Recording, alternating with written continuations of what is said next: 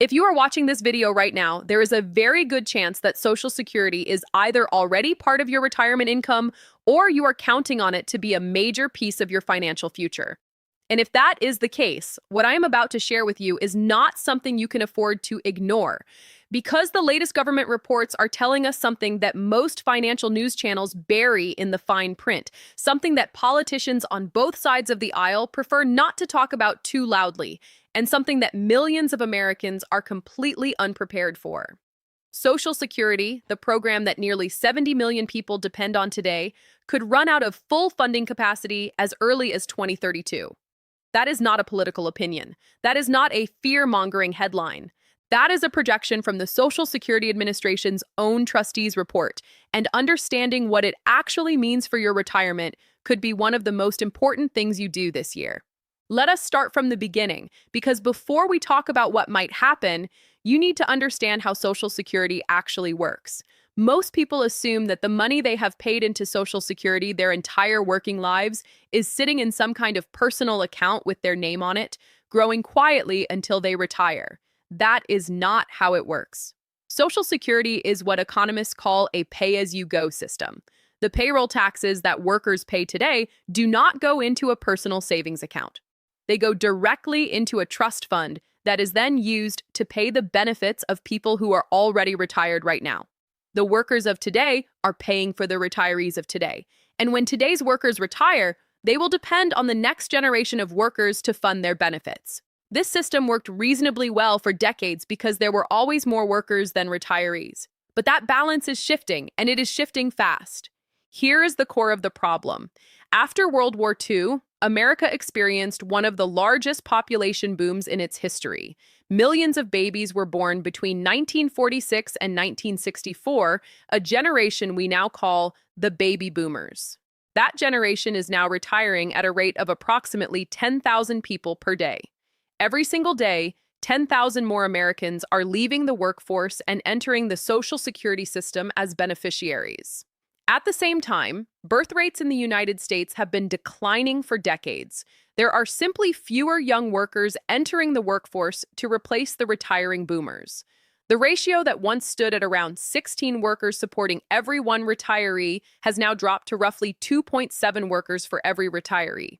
And that ratio is expected to keep falling.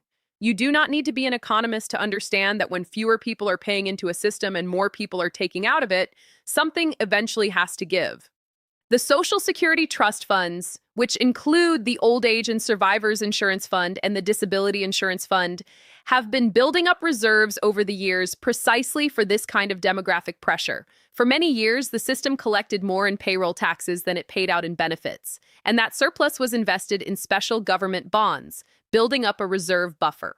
But now the system has crossed a critical threshold. It is paying out more than it is taking in, and it has been drawing down those reserves to cover the gap.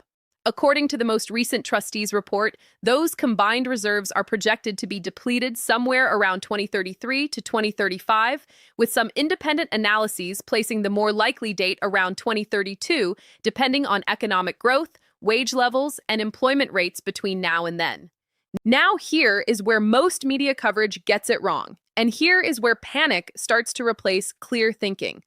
Depletion of the trust fund reserves does not mean Social Security disappears. It does not mean benefits go to zero. It does not mean the program shuts down. What it means is that once the reserves are gone, Social Security will only be able to pay out what it collects in payroll taxes in real time. And based on current projections, that real-time collection would be enough to cover approximately 77 to 80% of promised benefits. So if you were expecting $1,000 a month from Social Security, the program in its depleted state might only be able to pay you around $770 to $800 a month. That is a cut of 20 to 23% across the board for every single beneficiary. For someone living primarily on Social Security, that is not a small inconvenience. That is a potentially devastating reduction in monthly income that could affect housing, food, healthcare, and overall quality of life. Now let us talk about who is most vulnerable here. If you are already retired and collecting Social Security, your concern is different from someone who is 45 years old and still planning for retirement. For current retirees, a benefit cut of 20% or more would hit immediately and directly. If Social Security represents 50% or more of your total monthly income, as it does for roughly half of all retirees in America, that kind of reduction could push you into serious financial difficulty. For people who are 10 to 20 years away from retirement, the situation is actually more complex. You have more time to adjust your savings and planning strategy, but you also face the most uncertainty because you do not know yet what Congress will decide to do. And Congress will eventually have to do something. The question is what and when and who will bear the cost.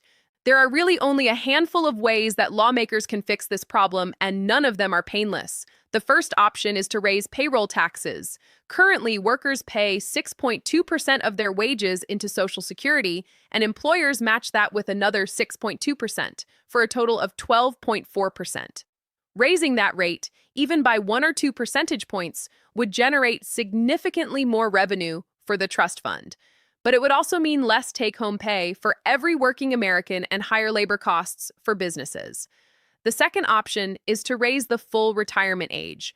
Right now, the full retirement age for most Americans is 67. Pushing that to 68 or 69 would reduce the number of years that most people collect benefits, saving the program money over time.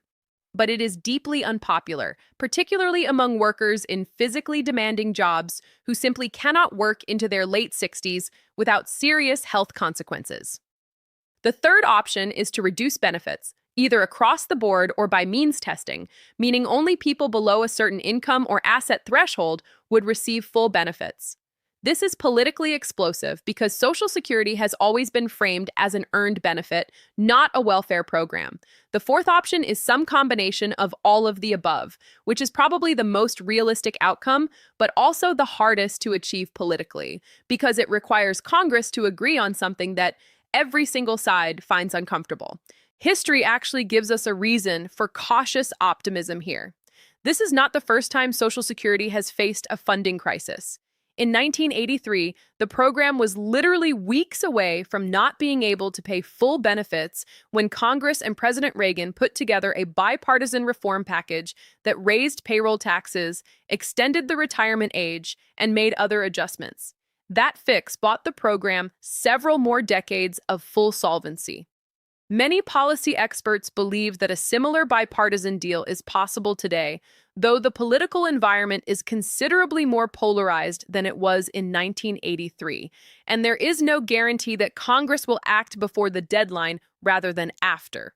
So what does all of this mean for you personally?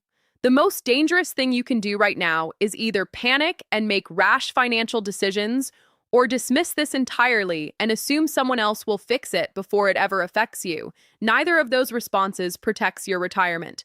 What actually protects your retirement is honest, clear-eyed planning that takes this uncertainty into account. Start by going to the official Social Security Administration website, ssa.gov, and creating a My Social Security account if you have not already. This free account will show you a personalized estimate of your future benefits based on your actual earnings history. This is your starting point. This is the number around which you need to build your plan. Next, run a scenario in which your Social Security benefit is reduced by 20 to 25% from that projected amount. Ask yourself honestly, if that reduction happened, would your other sources of income still be enough to cover your essential monthly expenses? If the answer is yes, you are in a relatively strong position. If the answer is no, then you have identified a gap that needs to be addressed now, not later. That gap can be filled in several ways. Contributing more aggressively to your 401k or IRA in the years leading up to retirement is one of the most straightforward strategies. Delaying your Social Security claim is another powerful lever. For every year you delay claiming beyond your full retirement age, up to age 70, your benefit increases by 8%. That means waiting from 67 to 70 could increase your monthly check by 24% permanently, which more than compensates for the projected 20% cut even in a worst-case scenario. Diversifying your retirement income sources is also critical. Social Security was never designed to be a complete retirement income solution on its own.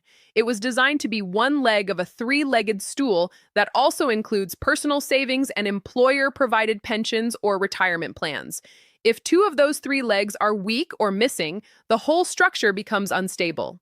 Building up taxable investment accounts, Considering annuities that provide guaranteed lifetime income or planning for part-time work in early retirement are all strategies worth discussing with a qualified financial advisor. One more thing that deserves to be said plainly: the people who will suffer the most from any Social Security benefit cut are those who have the fewest alternatives. Low income retirees, people with limited savings, individuals who spent their careers in jobs without pension benefits, and those who were unable to save due to medical expenses or periods of unemployment. For these Americans, Social Security is not supplemental income, it is survival income. Any conversation about fixing Social Security that does not take seriously the impact on these vulnerable populations is incomplete. If you care about this issue, stay informed, vote in every election, and hold your elected representatives accountable for finding a real, lasting solution rather than kicking the problem further down the road. The bottom line is this: Social Security faces a genuine and serious funding challenge. The timeline is real. The projected benefit cuts are real, but total collapse is not the most likely outcome. What is most likely is some combination of political action and personal financial preparation that together navigate this crisis. The people who come through this period in the best shape will be those who understood the problem early, adjusted their retirement plans accordingly, and did not wait for the government to solve everything for them. That is not pessimism. That is wisdom. And wisdom is exactly what retirement planning requires. If this video helped you understand something that was confusing or worrying you, please hit the like button and share it with someone you care about who is planning for retirement.